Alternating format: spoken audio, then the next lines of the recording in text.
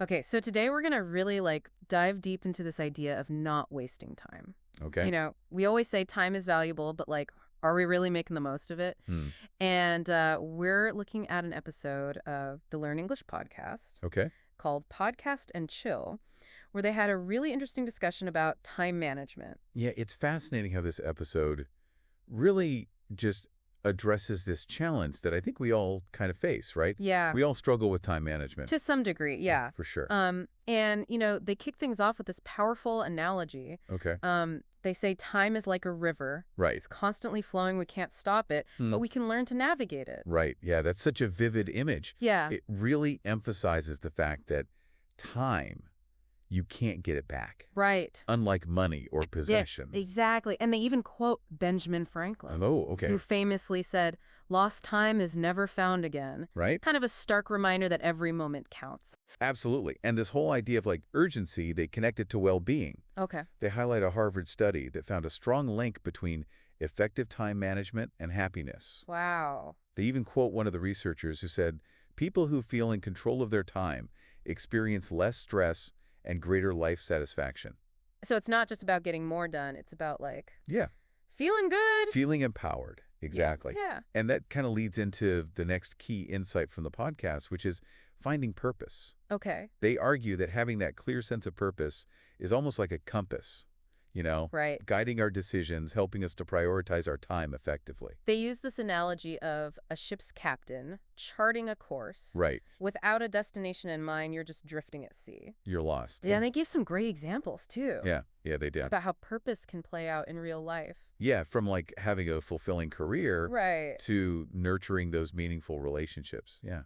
It all comes down to what matters to you and then aligning your actions accordingly. Absolutely. For me, this is such a good point because it's so easy to get caught up in the day-to-day and kind of lose sight of the bigger picture. Totally. What about you? What resonated with you so far? Well, what strikes me is that they emphasize that purpose doesn't have to be this grand singular thing. Okay. It can change over time. Right. It can show up in different parts of our lives. Yeah. It's more about just having a sense of direction. Like a Right. guiding principle. Exactly. Yeah, I love that. It's almost like having a mission statement for your time. Totally.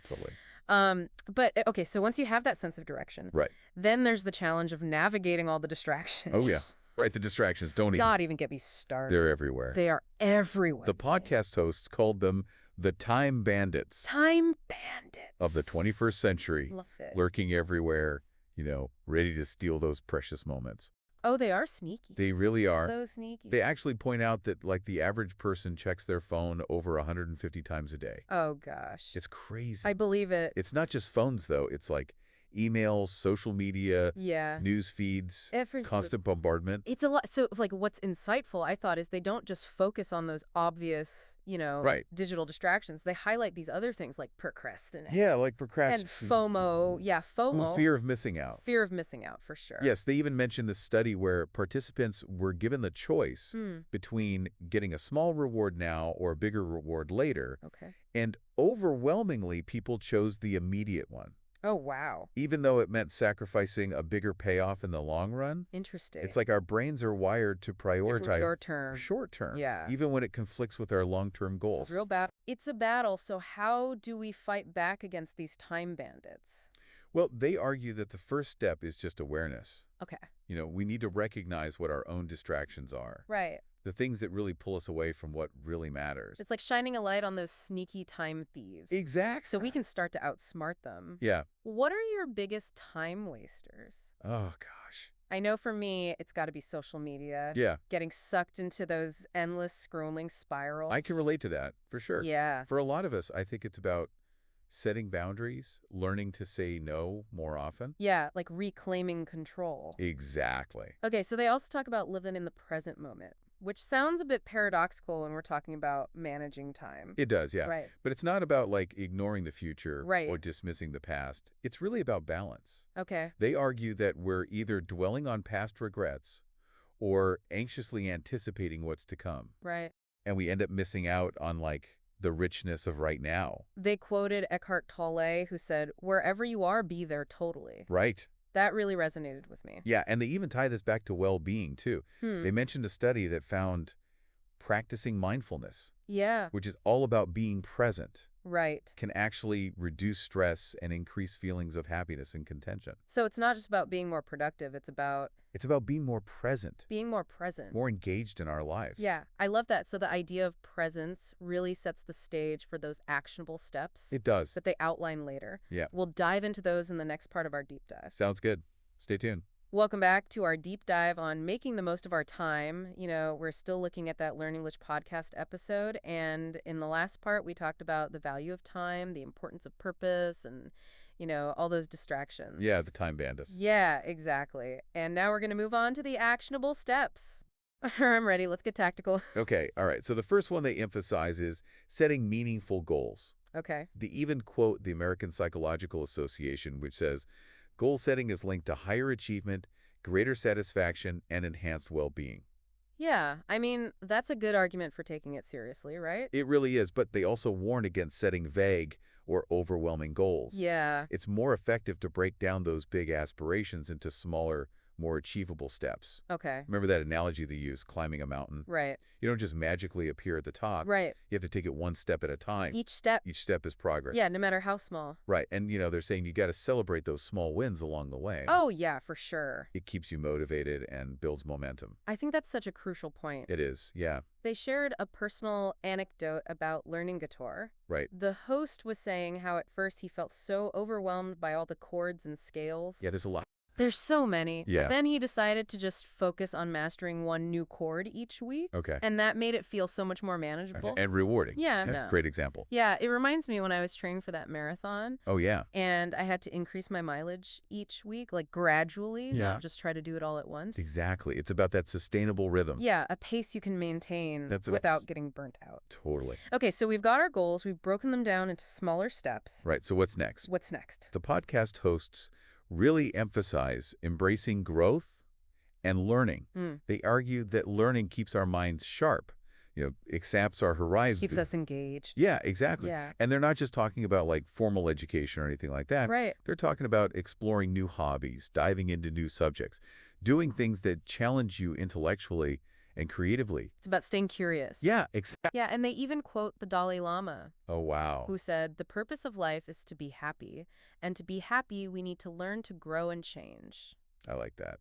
Yeah, it's like learning is the key to unlocking a happier life. It really is. And they highlight a study Okay. from the Journal of Adult Development. Okay. And it found that people who engage in lifelong learning report higher levels of life satisfaction, stronger sense of purpose, and even like better cognitive function later in life. Yeah. It's not just about acquiring knowledge. It's about like investing in our well-being. It's like exercise for our brains. Totally. I like that. The more we learn. The stronger those cognitive muscles become. Yeah, exactly. And the best part is learning can be anything. Oh, yeah. Right. It could be taking a course online, attending a workshop, reading a book. Having a good conversation with someone. Yeah, a conversation with somebody who has a different perspective than you. Absolutely. So many possibilities. Yeah. And speaking of connection. Okay. That's the final actionable step from the podcast, cherishing relationships. Yeah. They make a strong case for prioritizing quality time with loved ones. Yeah, they even bring up the Harvard study of adult development. Oh, the Harvard one. That study that's been tracking hundreds of men for over 80 years. 80 years, wow. And the key takeaway is close relationships. Yeah. Biggest predictor of happiness and longevity. I mean, 80 years of research, that's pretty convincing. It really is. And, it's not about quantity. Right. It's about quality. It's about those meaningful moments with the people who really matter to us. Yeah, they even challenge listeners to ask themselves, Okay. when was the last time you had a truly deep conversation with someone you love? Hmm. One that wasn't just logistical or catching up, but like a real heart-to-heart. Yeah, I like that. It's a good point. It's a good reminder to make time for that. It is, yeah. It's so easy to let that slip away. It is in our busy lives. But this podcast is like a nudge. Yeah. To reclaim that quality time. Absolutely. Nurture those relationships that really matter. That enrich our lives. Exactly. It all comes back to that idea of not wasting time.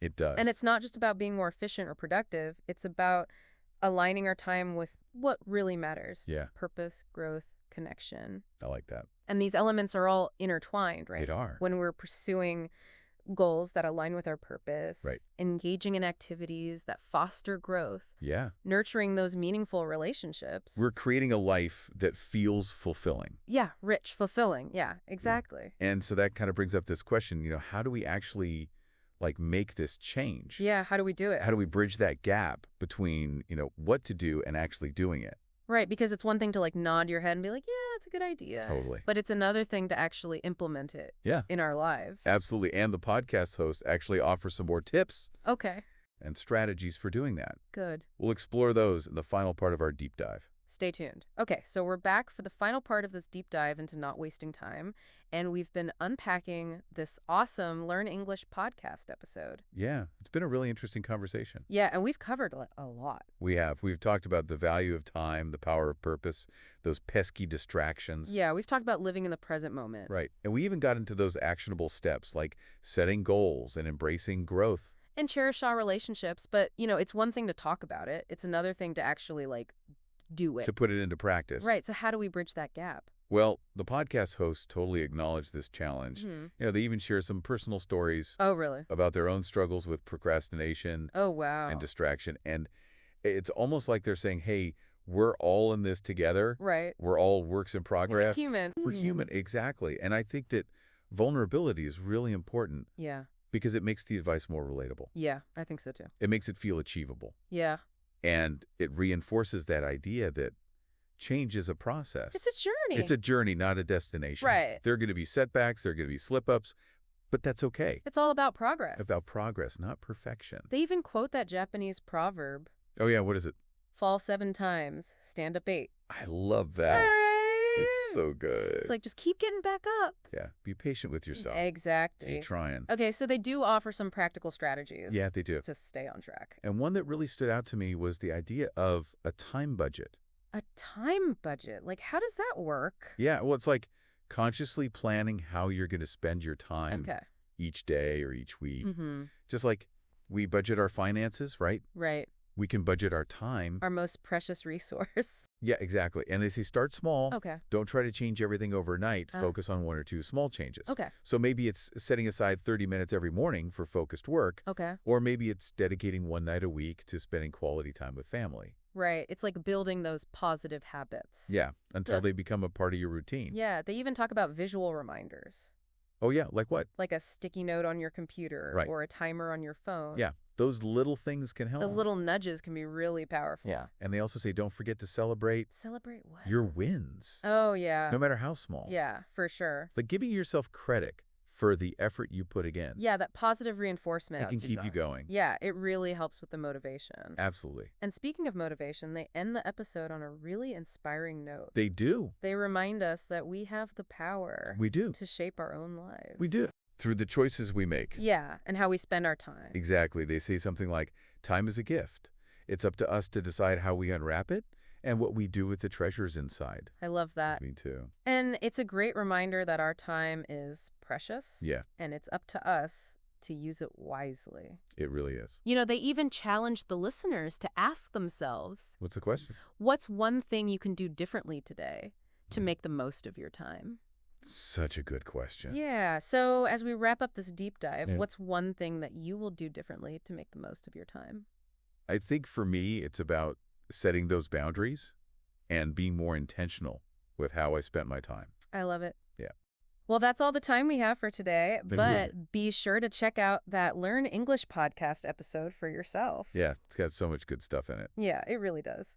Until next time, may your days be filled with purpose, passion, and plenty of time well spent. I love it.